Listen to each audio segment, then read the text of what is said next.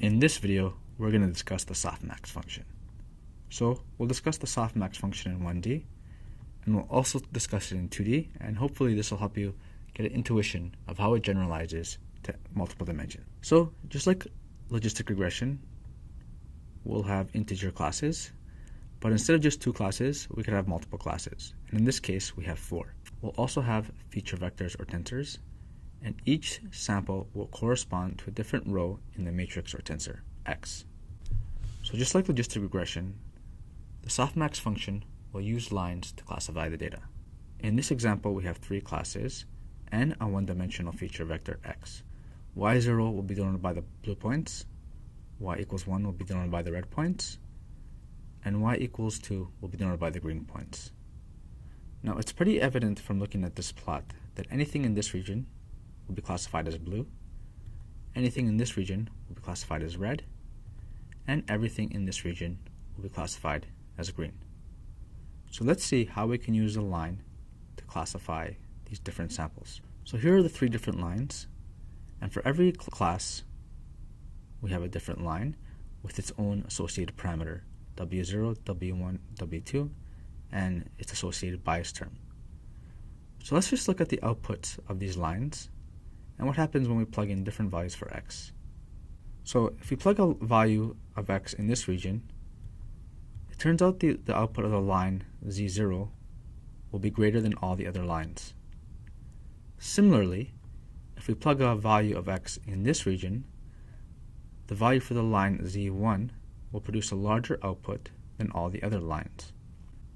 Finally, if we're in the green region, the output for the value Z2 will be larger than any of the other lines. Before we continue, let's review the argmax function. So the argmax function will return the argument with the largest value. So in this case, the argument of Z is the index I.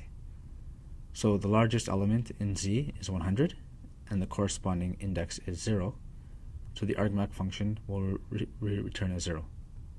Similarly, in this case, the largest value of Z is 10, and the corresponding index is 7. So the argmax function will return as 7. So let's see how we combine the argmax function and the different lines to produce a discrete class. So we have our 3 lines, and these are the actual numerical values. And here are lines. So let's say we have a sample of X equals minus 0.5. Plug in the value to each line, and we get an output. And for the green line, we can't really see the output, but it's negative.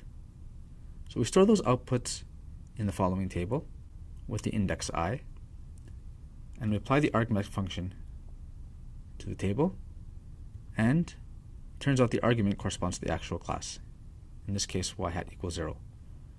So that's our prediction for that sample. Let's do it again for another example.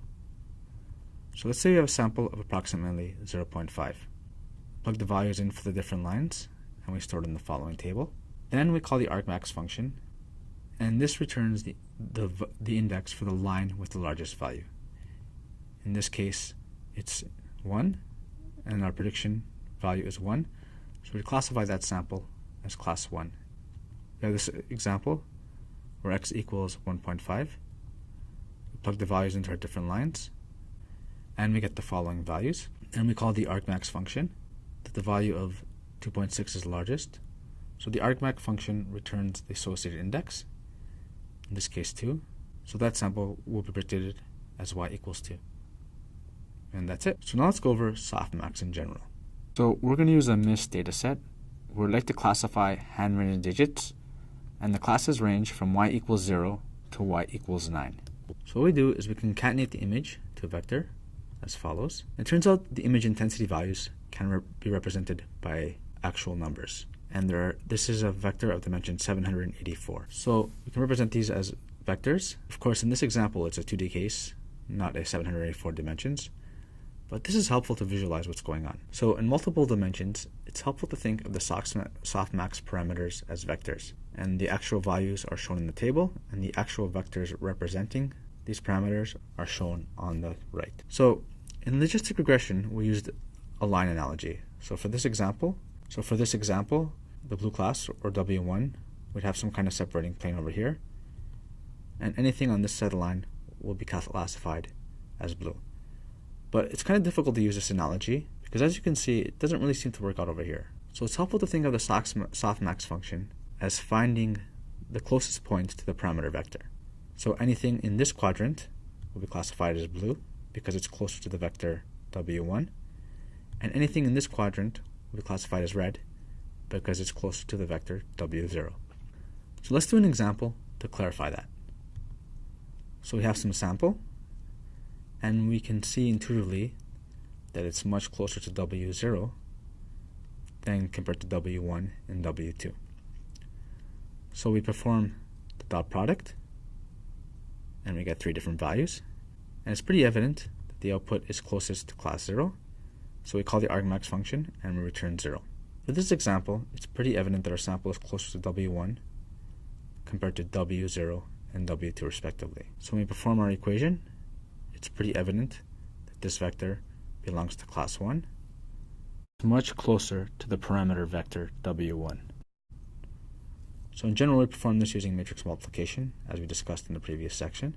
And just to note, so the reason they call it the softmax function is the actual distances are converted into probabilities using the following formula, where we simply normalize the function. And this behaves similar to the threshold function, and it's kind of a soft approximation, and it gives you a much smoother surface. And what we'll do is we'll just represent that with a little box, saying there's some kind of nonlinearity. But in PyTorch, you actually don't have to worry about that. So the way we get the parameters is very similar to logistic regression, but we don't have to worry about that because PyTorch does it for us, and the criterion function we use is nn.cross entropy loss. And that's it. So now let's go over an actual example of the softmax function in PyTorch.